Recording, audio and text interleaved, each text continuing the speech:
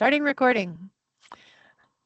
I will talk more about that as we go through, but I'm Melissa Erickson from the State Library for the recording, and let's get started on the webinar to train our review panel for Cycle 1 of LSTA 2026.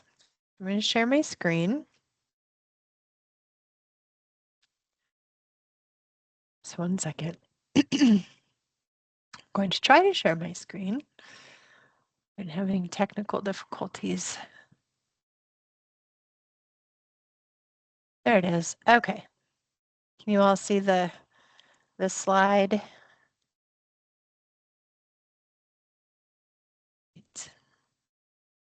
So, LSTA 2026. Thank you all very, very much for being part of the review panel.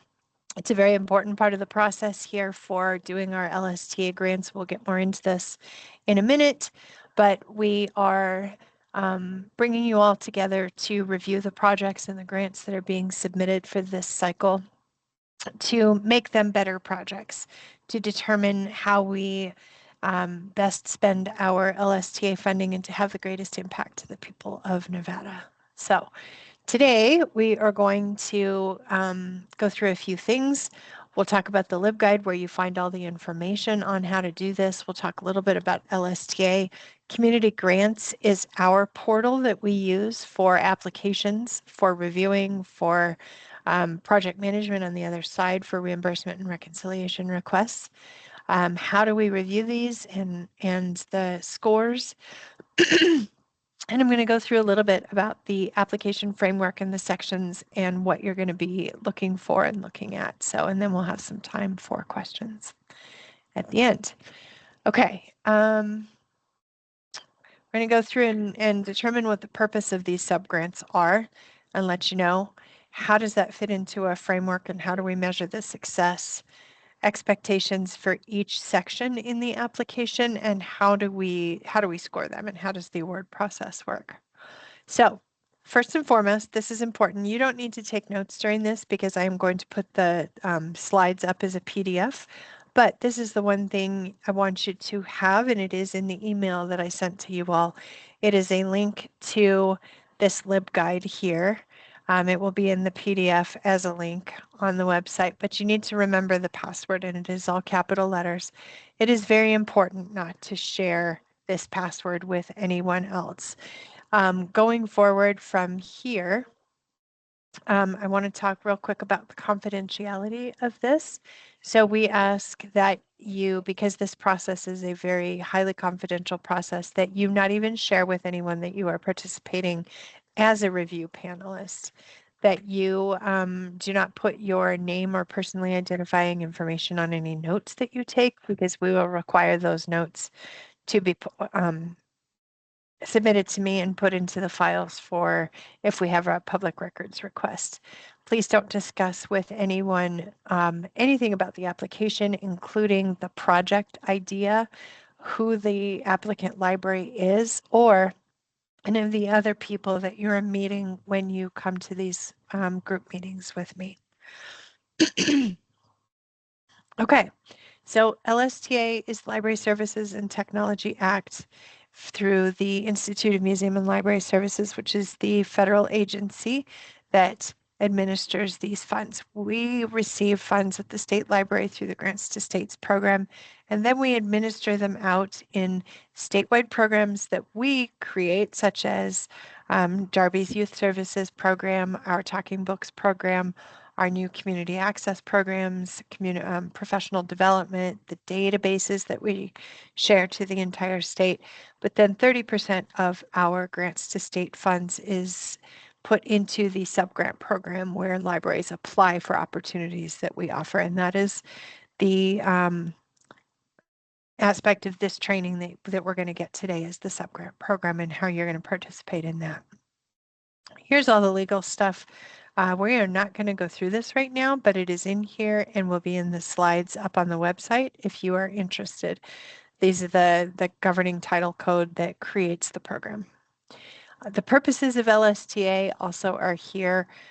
This is the website if you would like to read that, but it is It is to determine how we use federal funds in libraries and the goals and impact that it is going to have and how we define that. We have set our subgrant program up around these purposes of LSTA. This program specifically, the subgrant program that we have, has these different intents. Learning and access to information, providing educational resources, developing partnerships, providing training and professional development. So all of our funding goes to meet these specific goals. So this year, we have received from IMLS, our Grants to States Award is $2,223,034. So it's just a very slight bump from last year. And we, well, this doesn't actually apply to us because we always meet our maintenance of effort, and so it doesn't reduce our award, but the state library, and by extension, all of you, what you provide towards some of the well, like our databases, when we send a request out to you for how much money did you spend on databases this year that were not funded by us, that goes to our maintenance of effort, which is our kind of skin in the game and match, so to speak, so that it proves that we are the grants to states money is contributing to the overall health of the libraries in Nevada.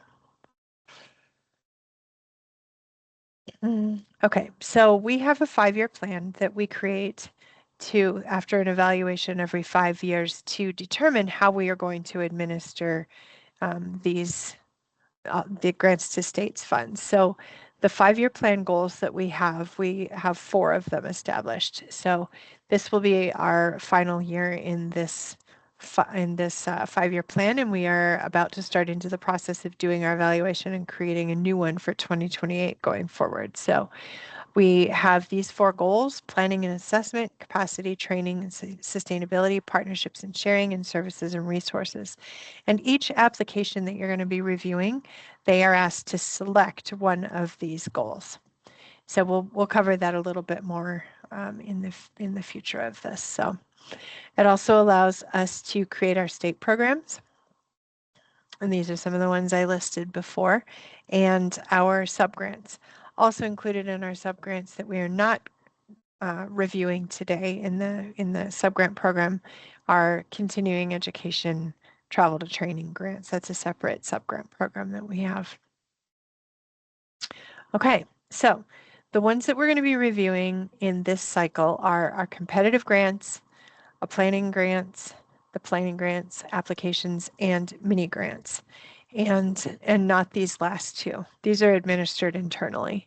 So competitive grants are between $15,000 and $100,000, and you can only have 1 application in each cycle.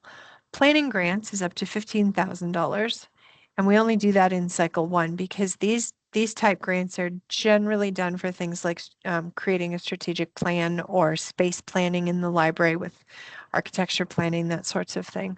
And it takes the full period of the grant cycle to get these done. So we only offer them in cycle 1.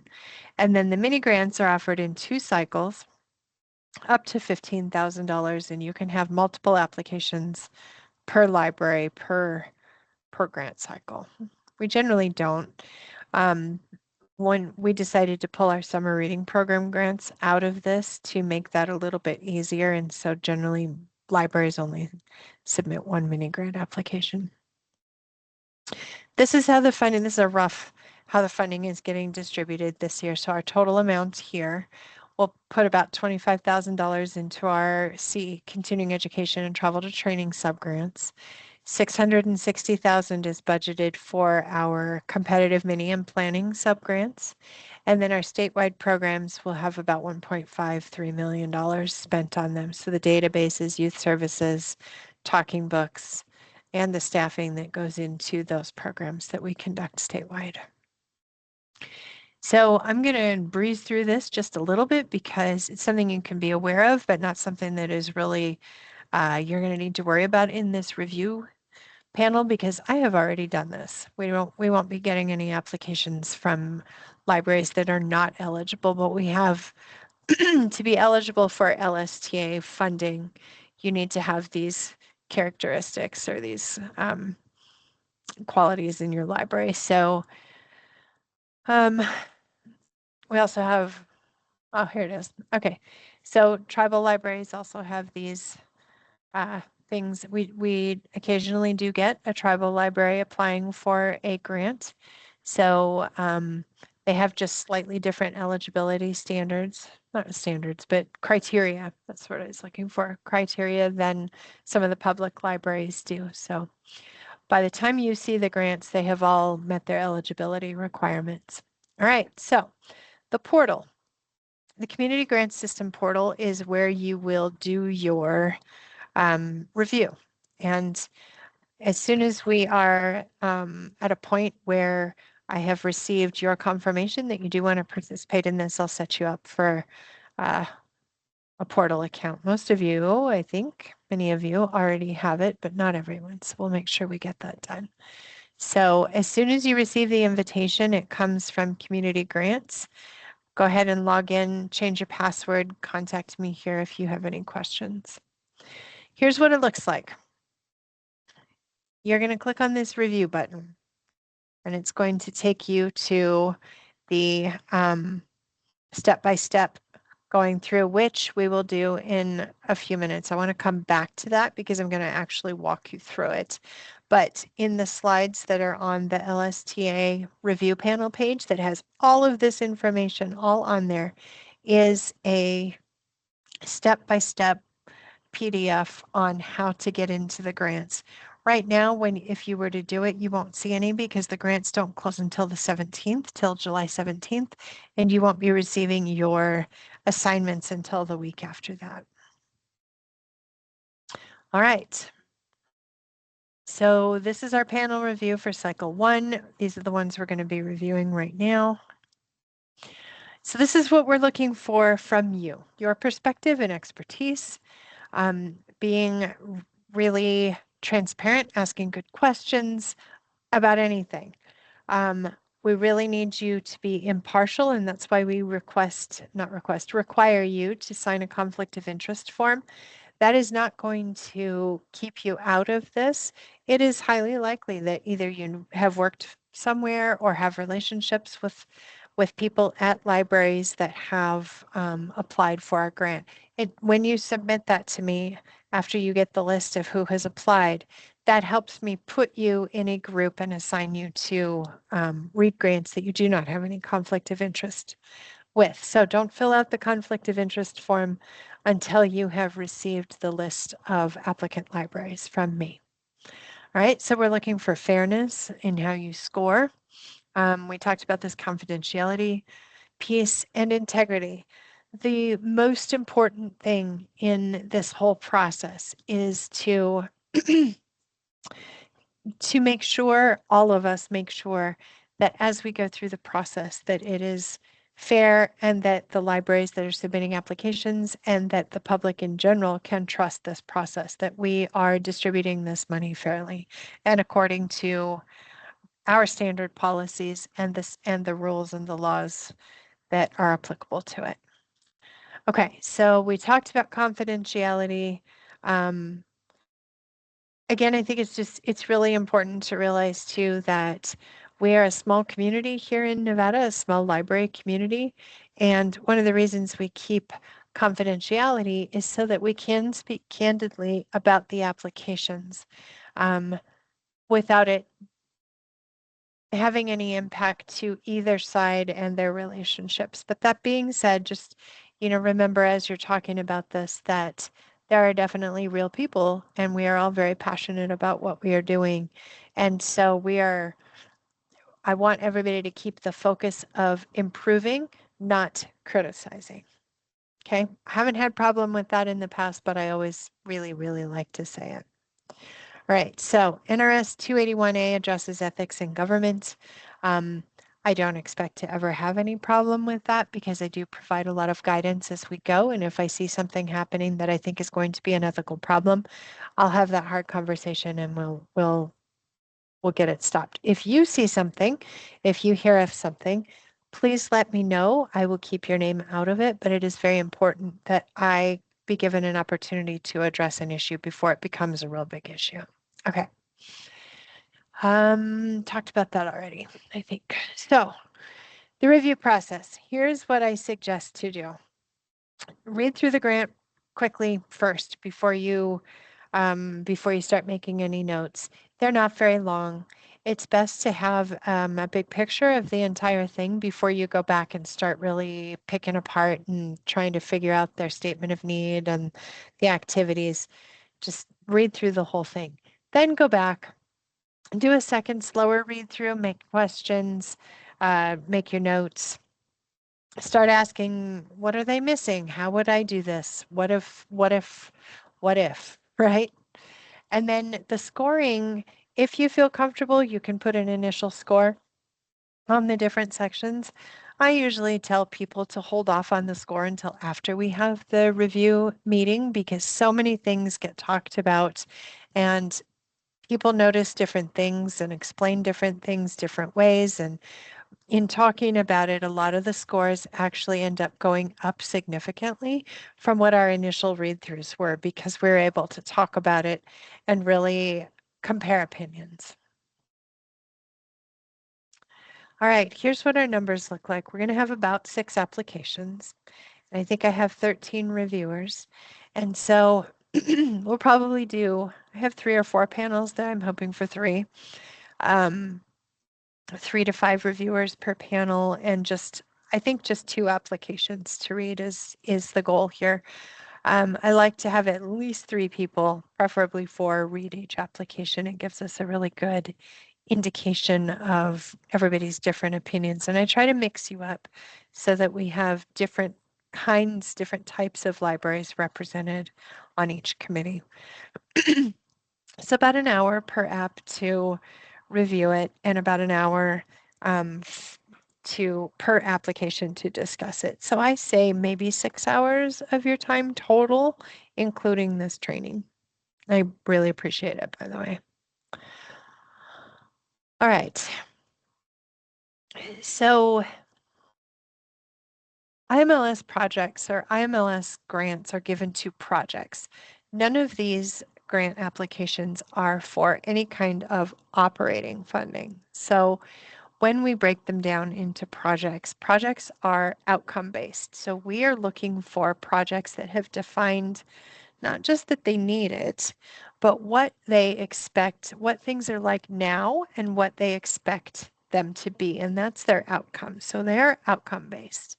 And the applications and the grant writers receive training from me and then support throughout the process from the training to submission on really building their outcomes. So that's what we're going to want you to look for is how does their project move the needle on their problem? What is the problem? How are they going to change it? That's the activities.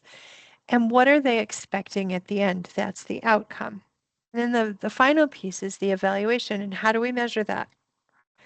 Okay, so it's a process of defining the need, telling us what it's like now, figuring out what they want it to be in the future, determining how they're going to do that and how they're going to measure it and show the progress at the end. Okay, and they receive training on that. Now, that being said, every library has different capacity in writing skills, in ability to come up with a project like that and define it at that somewhat academic level. And that's where I come in is trying to really support them on getting their project described in that way. Then it's on them to submit an application that really shows us that process. It's on us to look at it and find the areas where they may be missing an opportunity, where they are maybe doing something that could be measured and to show that success and to make suggestions. All right, let's see. I got ahead of myself here. So, all right. The how of the project is the activities. How are they going to do this? So we have activities that are divided into 4 buckets, and my next slide talks about those buckets, so I'll get to that in a minute. Activities have, as they project manage through the year, each activity has different kinds of data that is required by IMLS to be collected and required surveys that go along with it. They also receive training and support on that. So the activity buckets are what you're going to see in the application. So for example, we may have a library that has a couple of different activities. One of them is they're going to, say it's a summer reading program, and they are going to conduct different programs throughout the summer. Those would be in the instruction bucket. And within that, we will see different budget items. So they will have activity like a musician who comes and teaches classes one week, somebody who comes and teaches about dinosaurs the next week. Okay, those are all instruction and go with that activity. Another big one in that summer reading would be procurement, the things that they are going to buy. Sometimes we can have purchased things like supplies that go under instruction too, because they are directly related to the project. Procurement is more equipment and things that they use. So furniture, 3D printers, chairs, laptops, that sort of thing. You're not going to need to worry too much about whether they have things classified in the wrong area. That's my job. Content activities are for information. So if they are purchasing ebooks or regular books or creating content like learning guides or digitizing things, that will be in the content. And number 3, planning and evaluation is only used in the planning grant. So we can talk more about that at another time, but it's basically funding assessments of existing programs or planning for a new, something new, mainly used for evaluations of existing things. All right, so this is our guiding law, 2 CFR 200. So here's the links to that and to the SAM manual for the laws that govern these sorts of things.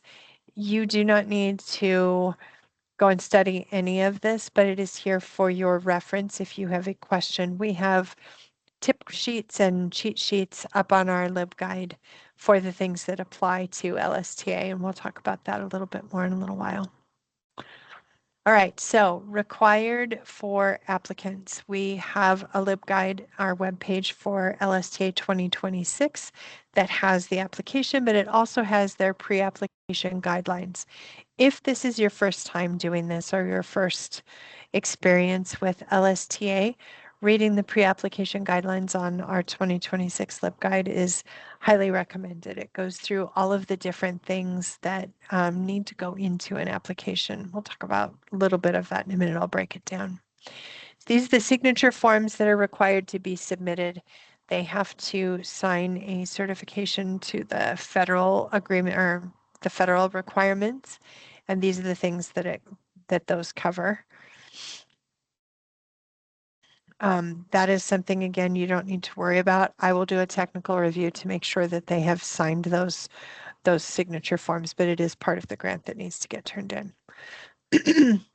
At the very end of this process, they will receive a GIA that reflects what their final budget is, what their project activities are, and the funding recommendations. So the funding recommendations are the main job of you all to create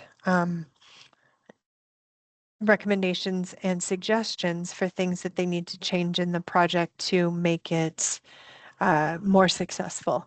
Those are things that we will talk about, the things that you bring back to the meeting that we have and that I then put together in a funding recommendation letter that we send to the library to negotiate and to start the process of getting them to their grant and aid agreement. All right, the sections of the application. Storytelling. When you are reading a good grant, a well-written grant, it needs to tell the libraries and projects story. Now, this is what we have given them as advice. So we're looking for narratives. We don't necessarily want them just giving a bullet point list of all of their outcomes. We want a full description of it. So if they have just given a bullet point list, it makes it very difficult to get a view or an entire view of their project. So we train them to write in a narrative style. All right. And to define any library jargon. So let's say there's a type of library, a special library or a law library or something, and they're using jargon that the rest of us don't have experience with. So I really ask them not to do that. These are the things that we look for that we do not want them doing. So we need to make sure that they have determined who the beneficiary of this project is. So the library, the community must be part of this process and must be part of the target audience. They should not be duplicating the efforts of other organizations. We don't want to be sending funding to redo something or to do something that is available elsewhere. If these are meant to go to projects that are new, seed money to the library to try something new that isn't already being done. Which leads into, we don't give money to replace funding that has been lost or operations or basic funding for the library that the library should be receiving from their local funders, from their board, from their county, whoever funds the library. The reason behind that is because what tends to happen if grant money comes in and is used for operating money is that the next year it has a negative effect because your local funder has a tendency to look at that and say, well, we're not going to give you that money back this year. You got a grant for it last year. Go get grant money. And it's actually a slippery slope to losing local funding over time. So that's why we focus on only project funds. And construction funds are not project funds allowable under LSTA. So that means anything having to do with facilities or maintenance. Now, there are things that will need installation, and that's different to a certain extent. If it requires more than a screwdriver, it is not fundable by LSTA. And we need to have made sure in advance of them submitting the application, hopefully, that any of their construction requirements, if it requires electrical to be added to the library, that can't be included in the grant. So by the time you get the grant, hopefully none of that has slipped by and that I have caught it and met with everyone, but sometimes things get submitted at the last minute that I haven't seen yet. And so we may occasionally have something like that we have to go back to the library and say, I'm sorry, you have to find funding to do that, or we can't give you this grant. Those study pods come to mind. If they need wiring fixed through the library to get to the point where the study pod is going to be placed, we cannot provide the funding for that. All right. These are the different application sections. And we'll go back to that. I clicked past that fairly quickly, but we'll cover those in detail in just a moment. The evaluation rubric is located here and is on the, where is it? Oh, my Adobe Acrobat is so slow. So we have a rubric for scoring these, and it is located on the LSTA website that I showed you that you're going to use the password to get to. And I encourage you to look through that. Also on that LSTA website, there are some details of what to look for. It's a little bit beyond the scope of this webinar, but we'll talk about it briefly. I think I have a slide on it going forward. So sections 1 through 4 of the application are the basic information. What is the name of the project, who the library is, who the project manager is, and if we make them certify that they attended the training or viewed the training. This is really important. The statement of need is kind of the core of the entire thing. So how is the library determining that this is an actual need and not just something that they want? We like to say this is not a need or not a project in search of a need, right? This isn't something that somebody had a great idea and that would be really, really cool. So let's back into it and try to create a need for it. That tends to be fairly obvious when that happens. And so we watch for that because we don't want to be funding something that if there isn't a need, in our experience, it tends to either not be fully implemented as a project, or it just really never gets off the ground. There really needs to be a driving need of some sort for the project. So we talked about duplication of efforts. We watch for that, that there's not someone else in the community. Why is the library, though, the organization to implement this? Do they talk about that in their statement of need? And how do they prove that? I ask them for data. What is the current situation now and what is driving this project? What is this need? Have you had a lot of growth in your community and you want to expand your services to a new area? Do you have more people that are requiring homebound services and you need an outreach vehicle to prove that? What are the numbers and why is that different than what it was before you had this need? Sometimes the proof is in if we don't do this, then this will happen. Okay, talked about that. So if the project is being asked to serve the underserved, then how do you define that? In the target audience, you need to be able to describe who your target audience is, and the activities that you're asking for need to really be serving that target audience. If your activities are not directly set up to move the needle for that target audience, then they're describing it the wrong way. Okay? Needs to be every single section of this application needs to flow and be linked so that this does this, does this. I'll show you more what I mean in a minute. So these are the elements that need to be included in a statement of need. Just talked about those. This is really good to refer back to this slide as you're going through it. So here's some thoughts on it, on the statement of need. Really needs to determine the need, the solution, and talk about what you hope the results are going to be. In some ways, the statement of need is the executive summary of the entire project.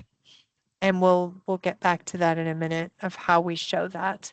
It is very hard to write. So we ask that you be kind as you're reading this, that you give them the benefit of the doubt and ask questions and not just determine right straight up front, oh, they haven't really established their needs. Sometimes as you go through the application and you see what their outcomes are and you see what their activities are, you actually see the need and it wasn't maybe articulated as well at the beginning. So there's multiple ways, I guess, to see the need in an application. And the statement of need is very difficult to write, particularly for people who are writing a first-time LSTA grant. So the target audience is generally library users or library staff, but mostly library users. If you are developing a new meeting room and your staff struggles to move everything around for the number of times that the meeting has to be reconfigured for different meetings. Yes, you could argue that your library staff is the target audience because it makes it easier for them to configure it, but configure it for who? Who is the actual user of this project? It's the library users, and it's going to increase the amount that the library and that meeting space can be available to library users. So watch for that they have misidentified their target audience. It's not a deal killer, but it does require us to talk about it and to go back to them and maybe develop some more outcomes and the way that they're going to measure their project. Okay, so now we get to the outcomes. Outcomes are how is the needle going to move on this need? We've got this need, we've got this problem. What is the outcome that we are looking for? What are they going to learn? What knowledge is going to be gained? How is it going to change the behavior of library patrons? Sometimes it's going to really engage our library patrons more in the programs. Okay, so then what is the starting point? What are we measuring that from? That's called a benchmark. And I really encourage our applicants to, in their outcomes, to really describe what is it like now and what is our target and how are we going to figure that out. So the outcome is this space of this is going to change to this. Okay, in the evaluation section is where we talk about how do we measure that? How do we know how this has moved? So we talk with them about their goals, the objectives, their project, and the outcomes. What is it going to change? I'll probably remove this slide for next time because I think I just explained that in a better way before. But the outcomes, it's why. Why are we doing this? And their outcomes need to be described in a way that changes these things or other things that they come up with, but primarily these things. What skills are we going to develop? How is it going to change their view of literacy and learning? Or how are they going to be able to take better care of their families or find better jobs? Or does it change their values? Does it make them more engaged in their community? Does it help them to value reading and education more? Does it give them enjoyment? This is a big one that I think we sometimes maybe don't consider when we're evaluating these grants is does it give the community a way to connect and have fun and really engage with their community in a productive way. All right. This is something that I just teach them in their training is the outcome is the target audience will benefit from, not the library will benefit from. Okay, these grants are not about the library benefiting. They're about the patrons having more access to opportunities. And yes, of course it benefits the library because it gets them more patrons, but we don't want it focused that way because LSTA funding is to improve something in the community. All right. Let's see if there's anything on here that I have not covered yet. Strategic goals. One of the things we're always asking is, what is the goal that this is working towards? Yes, it's a great project, but is there something in your planning? Is there something in your library's goals? How does it affect your local goal? And that is part of the application. How are we going to measure it? What are you using to determine that? We'll talk about that in a minute.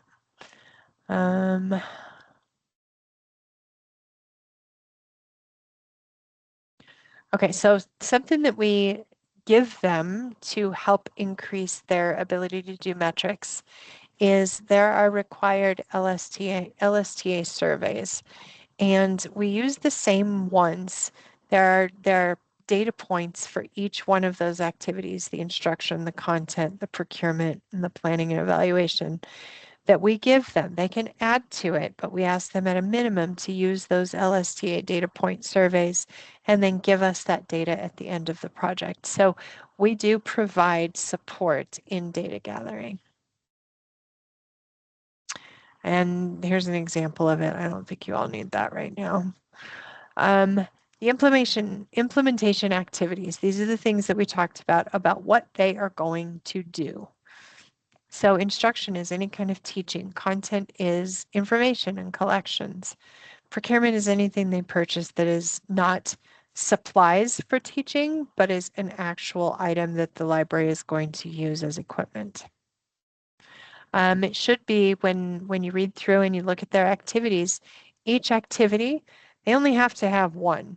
Most have two or three, but it needs to be about 10% of the project time and or the budget, and determine what which activity bucket it comes from, which budget and inputs. Is it people? Is it money? Is it time? What is going to be involved in this implementation activity? And it needs to be tied to and on the project timeline. The project timeline we'll talk about in a minute, but it is the breakdown of their project of who's doing what and when, and we require that to be submitted also. So that will be an attachment that you see. So this is how a project works. These three things, the time, money, and staff, time, money, and people, go into these activities that we talked about, the 4 buckets, and it creates this kind of data. They gather that data and they measure it, and then it should be able to tie, we ask them in the application to tie these outputs in this evaluation piece to the outcomes to measure the behaviors that we are looking for. I don't know why this activity buckets thing is in there 3 or 4 times. I will remove that. All right, so partners. They may have informal or formal partners. For example, they might be having an after-school program and there's a community partner that they have that is coming in to do some programming with them. Informal partners are fine, but if the grant relies on that partner, we want them to consider them as formal partners, and we're going to ask them to have letters of intent or MOU, memorandums of understanding, or something that is included in the application. So if I want you to watch for these applications that have partners, is there someone outside of the library? What happens to the project if that partner backs out? Okay, let's talk about that. Bring that up in your notes. They don't have to have partners, by the way. We ask for staff resumes to make sure that the people that are conducting this project really understand what their role is, and that we have had a chance to look at it to make sure that the library is taking on and creating a project that has a qualified person that can do that. Sort of along the lines of those partners, though, is if it is a small library that requires a very specific set of knowledge, one of the questions we want to ask is what happens if that person leaves? Because that really destabilizes a project, and we'd like them to consider a plan for if that happens. All right, another section of the application is promotion. Really important, and we do provide funding for promotion in the project. They are allowed to have that as part of their line items. How do people know about this? If they are buying a new collection and putting it into their overdrive, how does the community know? A lot of times they'll put up flyers. I was recently at a site visit where someone, who shall go unnamed at this moment, had really good flyers that talked about the collection development and what's new at the overdrive. And I was so happy to see that at my site visit, that there was promotional materials up there for that. And that they were marked as required by IMLS and having the LSTA funding requirement of the, what is that called? We had some required language that we required you to put on all funding and all promotional materials. Also on anything that is purchased also must have a label, and that is part of the promotion. So the application needs to talk about this van was purchased with funds from IMLS. We have language around that. So we want them to acknowledge that in their application. Oh, here's the things. Here's all the things, and a link to the grantee communications kit that has logos and language that is included on all of these things, whether it's stickers or just printed at the bottom or a logo on the web page. You'll see on our web pages that any part of the state library that uses IMLS funding has that on its webpage. So the budget, there is a budget form that we want you to really look at. Every single thing on that budget form should be explained in the narrative of the application. There shouldn't be anything that they are asking for on the budget form that they haven't already described, and not just in the budget narrative, but really in the activities, in the statement of need. Everything on there should be something that you understand how it ties to their project. If it's not, call it out. We need to talk about it. And that regularly happens. People don't think about, it seems obvious to them that, well, we need the subscription to such and such in order to do this project, but they haven't even mentioned that in the application. So notice those things, make notes on it. We'll talk about it in the review panel. Something that absolutely has to happen is if they are hiring a contractor, if it's a planning grant and they're hiring an evaluator, the scope of work in that contractor's quote, what are they going to do, needs to be part of the application. They are trained on this, they are told this. So if it is missing, we need to note it so that we can ask for it from them as part of their funding recommendations in determining whether or not they are going to get a finalized GIA for that. Their match. That's not, I don't think that's even on here, but there's a 10% match that is required with these grants. So the budget really needs to give you a good understanding of how they're going to meet that match. They can meet it in in-kind contribution, so they can be paying part of the or providing some of the equipment that is going to be used solely for this project. They can have their indirect costs, so rent, lights, that sort of thing. There's a minimum rate, a de minimis rate of 15% that they are allowed to use. Many of the projects contribute their staff time. So we are not able to give them funding for staff directly to pay for their staff to do this project unless it is separate from that staff person's regular role. If it's somebody that's coming in an evening to teach a fitness class, we can pay them as a contractor through the LSTA funding. What we can't do is take, okay, 15% of this person's time is going to be used for this project. We're going to pay them that part of their salary directly through LSTA funding, but they can use it for match. Any amount of time that they're using for this direct project can be used as match. If you have any questions on that, we can cover it more in our review meetings. What else can they do? I guess that's about it for match. They can buy some of the materials that are needed and pay cash for it through the library too. All right. Sustainability, we want to make sure that this project isn't just a one and done.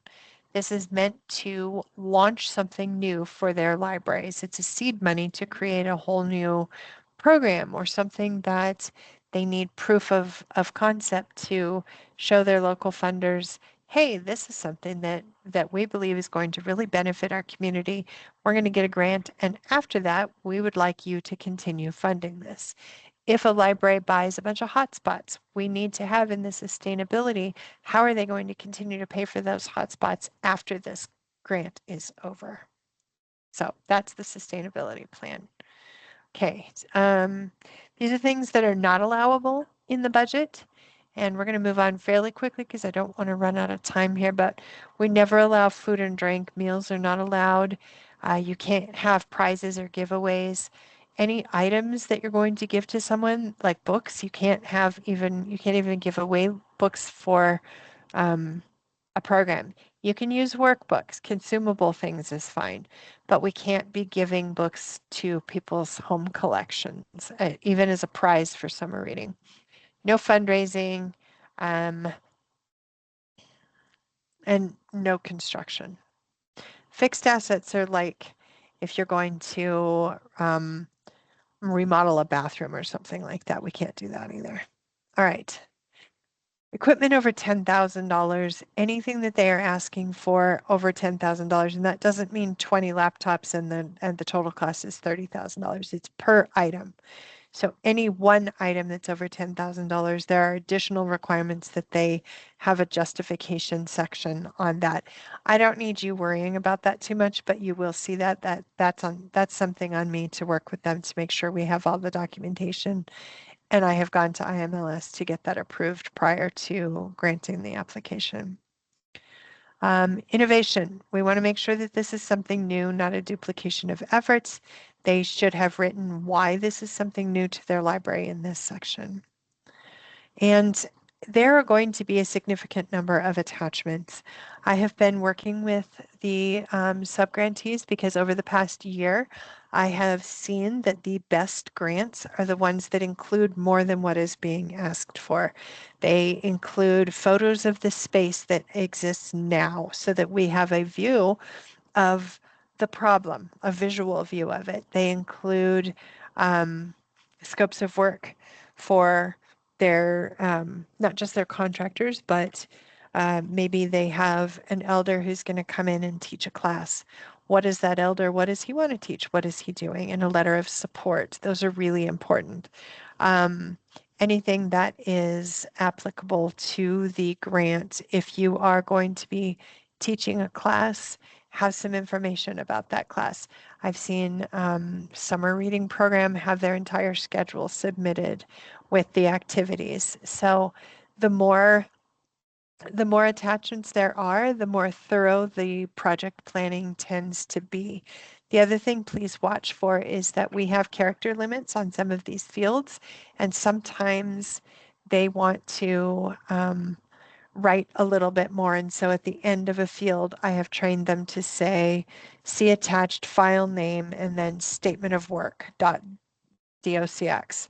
So if it just cuts off, go look for an attachment because we don't want them trying to really truncate and compress it to fit the space. We are working with Salesforce with our engineer to increase the character limits at this point. So watch for those attachments.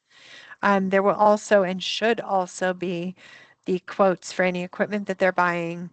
If there's not, call that out and we will look at it and see if they've at least included photos or links to items, something like that. I'm training them to not ask for something that they haven't given us further information on so that we can really see how that fits into their entire project overall scope. There's a 2% technical, and that is, are things missing? Does the data conflict? Are there math errors? That sort of thing.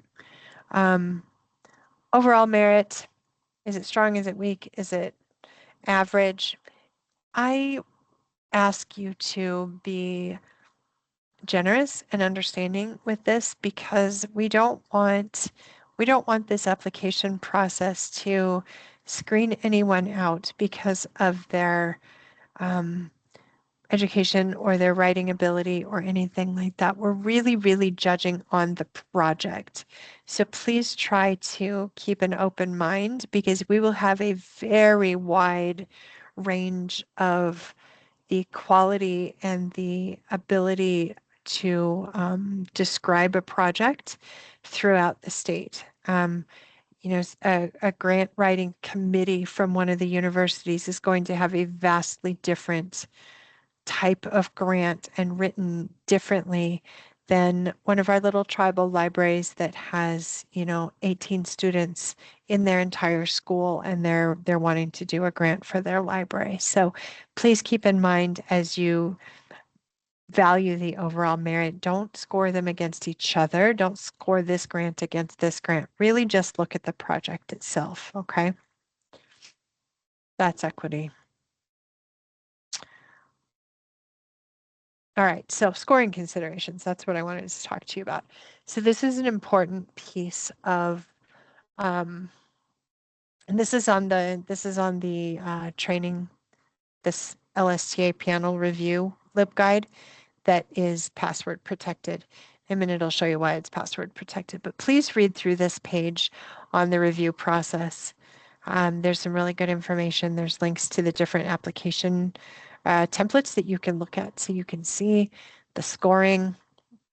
Down here, these are the things that as you read through it, keep in mind. So think about the significance of the project.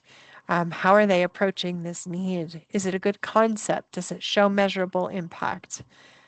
All right. Let's go back to, did you all see that? You probably didn't see that. I think I had that on my screen and I didn't drag it to your screen. Did you see you didn't. Here, this is what I was looking at. I just realized that that wasn't there. So this is our LibGuide and it has all of these things on it. Okay, this is your homework before we start into the application review, is to just go through and familiarize yourself with the information that I have on here, because this is targeted directly at you all. Okay. Moving on, I've only got just a couple more slides left. We don't need that one. Oh, okay, I guess we're up to the questions slide. So does anyone have any questions on the, before we do that, on this page here? I want to go back to this real quick. Over here on training, I will post the recording of this. So if you want to watch it again, this is a link to a PDF that walks you through the review process portal and how you open up your applications once they're in there, how you do the scoring. There's also a Niche Academy tutorial that we have on that. And this housekeeping page, if you lose the email, it has the schedule. I will need, preferably as soon as you can, to go to the group availability calendar and mark which days you will be available of that week, of the August 3rd through the 7th, so that I can put together the groups based on your schedule. As soon as I send you the link of subgrantee, or the list of subgrantees, you can fill out your conflict of interest form, which is right here, and the policy is right here. Did it quit sharing my screen? Can you still see that? Oh, you can. Okay, good. Yeah, we can still see you. Okay, good. The red line around it disappeared, telling me that it's being shared. So on here, there's links to all the forms you're going to need, instructions on how to log into the portal, the dates, and a link to the calendar. So everything you need, if there's one thing you take from this, is the password to this website, because it has everything you need. So I will open it up to questions, but I really want everyone to be able to also, if you have other questions outside of this, to schedule a time on my calendar, send me an email. I'm always available to answer whatever questions you have. So what questions do you have for me, if any? Everybody's good? Okay, then I'm going to stop the recording and make Hold sure on, that. Wynn's typing. Oh, okay.